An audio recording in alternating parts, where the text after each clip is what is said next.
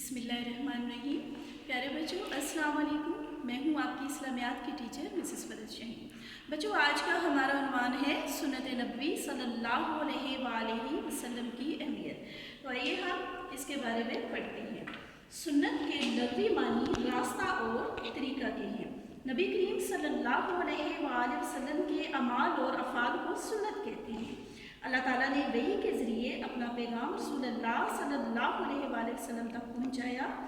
آپ صلی اللہ علیہ وآلہ وسلم نے اللہ تعالیٰ کا پیغام نہ صرف لوگوں تک پہنچایا بلکہ عمل کے ذریعے اس کی مکمل تشریح بھی کر دی۔ یہی وجہ ہے کہ اللہ تعالیٰ نے رسول اللہ صلی اللہ علیہ وآلہ وسلم کی زندگی کو بہترین نمونہ قرار دیا ہے۔ اللہ تعالیٰ کا ارشاد ہے سورہ احزاب میں کہ یقیناً تمہارے لیے اللہ کے رسول صلی اللہ علیہ وآلہ وسلم کی زندگی میں عمدہ نمونہ ہے۔ اس میں بیٹا ارکان اسلام کے بارے میں بتایا گیا ہے کہ ارکان اسلام اور سنت نبوی صلی اللہ علیہ وسلم کیا ہے۔ ارکان اسلام اپنانے کا حکم تو قرآن مجید میں موجود ہے، مگر کون سا رکن کس طریقے سے ادا کرنا ہے اس کی وضاحت سنت نبوی صلی اللہ علیہ وآلہ وسلم سے ہوتی ہے۔ ارکان اسلام میں سب سے زیادہ اہمیت نماز کی ہے۔ قرآن مجید میں متعدد مقامات پر نماز پڑھنے کا حکم دیا گیا ہے، مگر قرآن مجید میں نماز ادا کرنے کا طریقہ اور اس کے اوقات کی وضاحت موجود نہیں ہے۔ اس سلسلے میں ہمیں سنت نبوی صلی اللہ علیہ وآلہ وسلم سے مکمل رہنمائی حاصل ہوتی ہے۔ یعنی بچوں اس میں یہ بتایا گیا ہے کہ قرآن نے اگر نماز پڑھنے کا حکم دیا ہے تو اور نماز کس طرح ادا کرنی ہے اور کن اوقات میں ادا کرنی ہے، یہ طریقہ کار ہمیں نبی پاک صلی اللہ علیہ وآلہ وسلم کی زندگی سے ملے گا۔ رسول اللہ صلی اللہ علیہ وآلہ وسلم نے فرمایا تم اسی طرح نماز پڑھو جس طرح تم مجھے نماز پڑھتے ہوئے دیکھتے ہو۔ اسی طرح زکوٰۃ بھی اسلام کا ایک اہم رکن ہے۔ قرآن مجید میں بار بار زکوٰۃ کی ادائیگی کی تاکید کی گئی ہے، لیکن زکوٰۃ کے نصاب اور اس کی دیگر تفصیلات کی وضاحت سنت نبی صلی اللہ علیہ وسلم سے ہوتی ہے۔ ماہ رمضان کے روزوں کی فرضیت قرآن مجید سے ثابت ہے، مگر ان کے مسائل اور احکام کی وضاحت کے لیے ہمیں سنت نبی صلی اللہ علیہ وسلم کی طرف رجوع کرنا پڑتا ہے۔ حج بھی اسلام کا ایک اہم رکن ہے، اس کی ادائیگی کا حکم قرآن مجید میں موجود ہے۔ حج کی ادائیگی کی تفصیل ہمیں سنت نبی صلی اللہ علیہ وسلم سے ملتی ہے۔ نبی کریم صلی اللہ علیہ وسلم کا فرمان ہے کہ حج کے طریقے اور مناسک مجھ سے اچھی طرح سیکھ لو۔ اتباع رسول صلی اللہ علیہ وآلہ وسلم یعنی نبی پاک صلی اللہ علیہ وآلہ وسلم کے بتائے ہوئے طریقوں پر عمل کرنا۔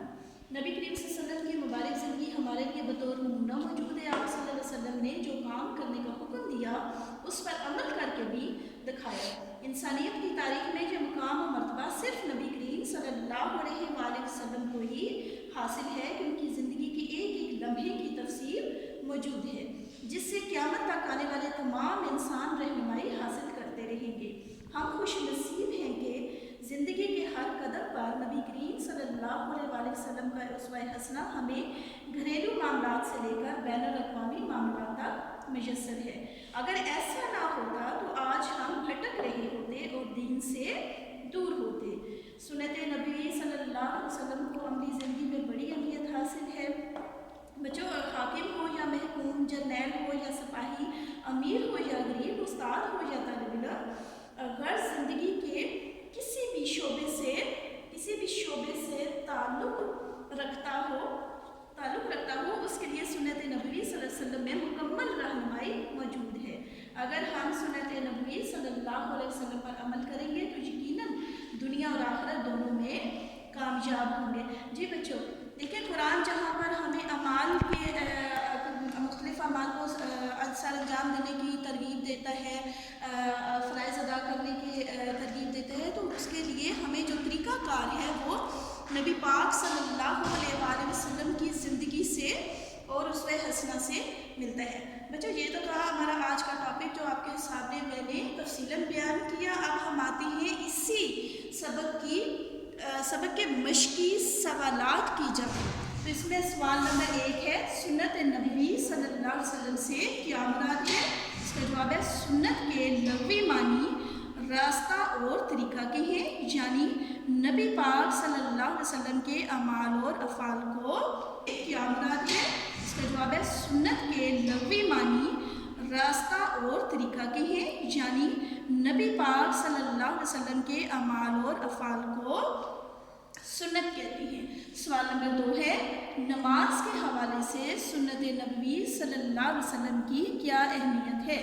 جواب، قرآن مجید میں متعدد مقامات پر نماز پڑھنے کا حکم دیا گیا ہے، مگر قرآن مجید میں نماز ادا کرنے کا طریقہ اور اس کے اوقات کی وضاحت موجود نہیں ہے۔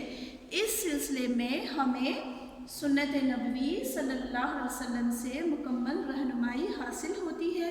رسول اللہ صلی اللہ علیہ وسلم نے فرمایا، تم اس طرح نماز پڑھو جس طرح تم مجھے نماز پڑھتے ہوئے دیکھتے ہو۔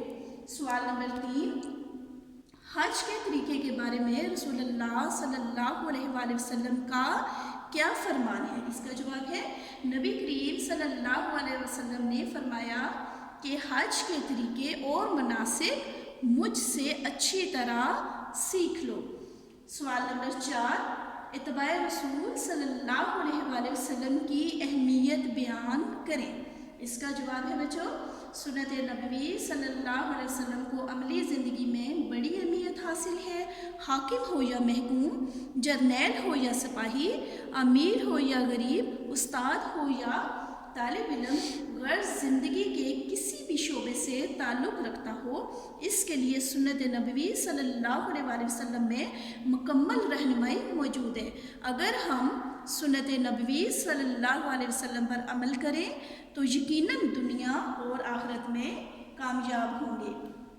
اسی مشق کا آخری سوال ہے، سوال نمبر 5، سنت نبوی صلی اللہ علیہ وآلہ وسلم کے حوالے سے قرآن مجید کی ایک آیت کا ترجمہ لکھیں۔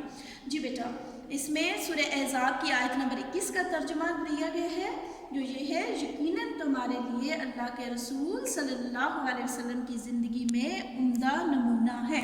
جی بیٹا، یہ تو تھا آپ کے مکمل مشقی سوالات، ٹھیک ہے۔ اس کے علاوہ جو اس سبق میں موجود جو حصہ معروضی ہے وہ آپ نے